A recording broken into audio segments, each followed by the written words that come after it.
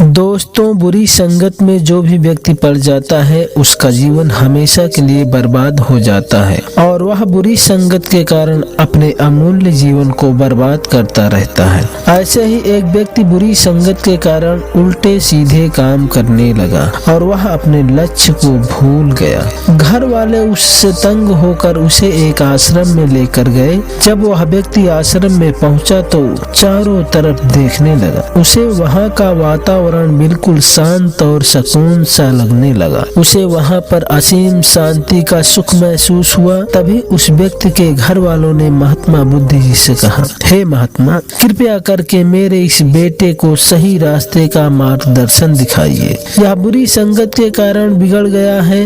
महात्मा जी ने कहा, इसे मेरे आश्रम में कुछ दिनों के लिए छोड़ दो। उसके घर वालों ने उसे आश्रम में छोड़कर चले गए। वह व्यक्ति बुद्ध के आश्रम में रहने लगा। काफी दिन बीतने के बाद एक दिन उस व्यक्ति ने महात्मा बुद्ध जी से कहा, हे गुरुजी, मैं देख रहा हूँ कई दिनों से आप सभी बौद्ध भिक्षुओं को शिक्षा दे रहे हैं और आप हमें इधर उधर के कार्यों में लगाए हुए हैं। मैं बिल्कुल ऊब चुका हूँ। अब मैं घर जाना चाहता हूँ। उसकी बातों को सुनकर गौतम बुद्ध जी ने कहा, शांत हो जाओ, आज मैं आपको ही शिक्षा दूंगा। यह बात सुनकर वह व्यक्ति शांत होकर बैठ गया। तब गौतम बुद्ध जी उस व्यक्ति से कहते हैं, आज मैं आपको ऐसी संगत से परे कहानी सुनाऊंगा जिसको सुनकर तुम्हारे अंदर के जितने भी बुरे कर्म हैं वह सब छूट जाएंगे। दोस्तों, कहानी को शुरू करने से पहले मैं आपको बुद्धा स्पार्क मोटिवेशन चैनल में स्वागत एवं अभिनंदन करता हूँ। बहुत समय पहले की बात है। एक गांव में दो भाई रहते थे। दोनों भाई एक ही माँ से पैदा हुए थे, इसलिए दोनों भाइयों का रंग रूप एक जैसा दिखाई पड़ता था। लेकिन दोनों भाइयों का नाम अलग अलग था, पर रंग रूप एक ही तरह होने के कारण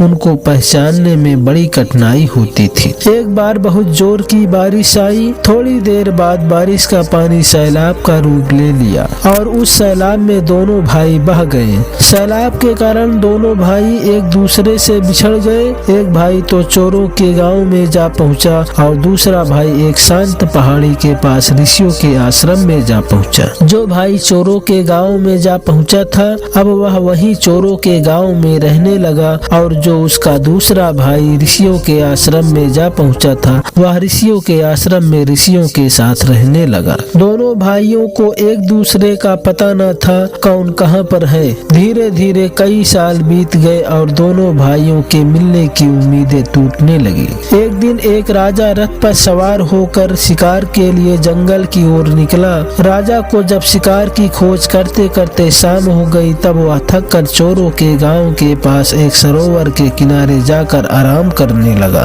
देर समय तक शिकार करने के कारण वह थक सा गया था। राजा ने इधर उधर देखा तो उसे कोई दिखाई न दिया। राजा ने सोचा, रात का समय हो गया है, आज यहीं पर सो जाता हूँ। राजा को जैसे ही नींद आई, किंतु थोड़ी देर बाद किसी की कर्कश आवाज सुनकर उसकी नींद टूट गई। वह कर्कश आवाज उसी व्यक्ति की थी जो सैलाब में बहकर चोरों के गांव में जा पहुंचा था। वह सरोवर के किनारे झाड़ियों में छुपा हुआ था। राजा बड़े एकाग्र मन से उस आवाज को सुनने लगे और वह व्यक्ति पंछियों की आवाज में बोल रहा था। तभी वह कहने लगा, अरे कोई है, इस आदमी के पास बहुत धन है, इसके गले में हीरे और मोतियों की माला है। अरे यह आदमी तो सोया हुआ है, चलो इसकी गर्दन को दबाकर सारे हीरे और मोती छीन लेते हैं, इसकी लाश को इसी झाड़ी में गाड़ देते हैं और किसी को पता भी नहीं चलेगा। उस व्यक्ति को पंछी की आवाज में बोलते देखकर राजा और अधिक डर गया। वह तुरंत उठकर बैठ गया।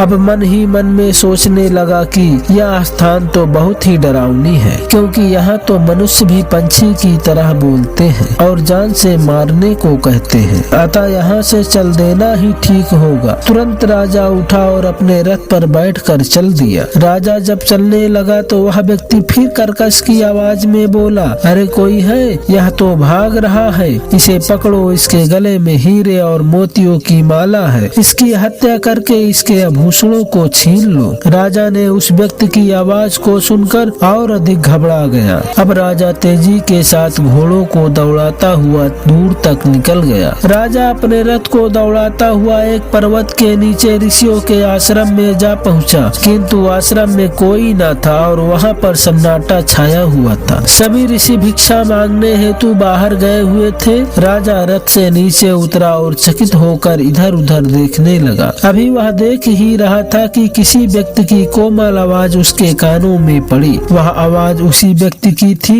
जो पानी के सैलाब में बहकर ऋषि के आश्रम में जा पहुंचा था। वह व्यक्ति राजा को देखकर बोला, आइए राजन, बैठिए। सभी ऋषि भिक्षा हेतु बाहर गए हुए हैं। आश्रम में शीतल जल है। अगर आपको प्यास लगी हो तो ठंडा पानी दूं और यदि आपको भूख लगी हो तो फल ला कर दूं। आश्रम में खाने पीने की सामग्री मौजूद है। उस व्यक्ति का रंग रूप बिल्कुल वैसा ही था जैसा चोरों की बस्ती के पास रहने वाले उस व्यक्ति का था। आश्रम में खाने पीने की सामग्री मौजूद है। राजा चकित होकर उस व्यक्ति की ओर देखता रहा। उस व्यक्ति का रंग रूप बिल्कुल वैसा ही था जैसा चोरों की बस्ती के पास रहने वाले उस व्यक्ति का था। राजा उस व्यक्ति को देख ही रहा था कि वह व्यक्ति पुनः बोला, आओ राजन, निश्चित होकर आओ, आराम कीजिए। यह ऋषियों का आश्रम है, यहाँ आपको किसी भी प्रकार का कष्ट नहीं होगा। राजा बोला, मैं अवश्य ही आपके आश्रम में आराम करूंगा, पर आपको मेरे एक प्रश्न का उत्तर देना होगा। उस व्यक्ति ने कहा, पूछिए राजन, क्या पूछना है?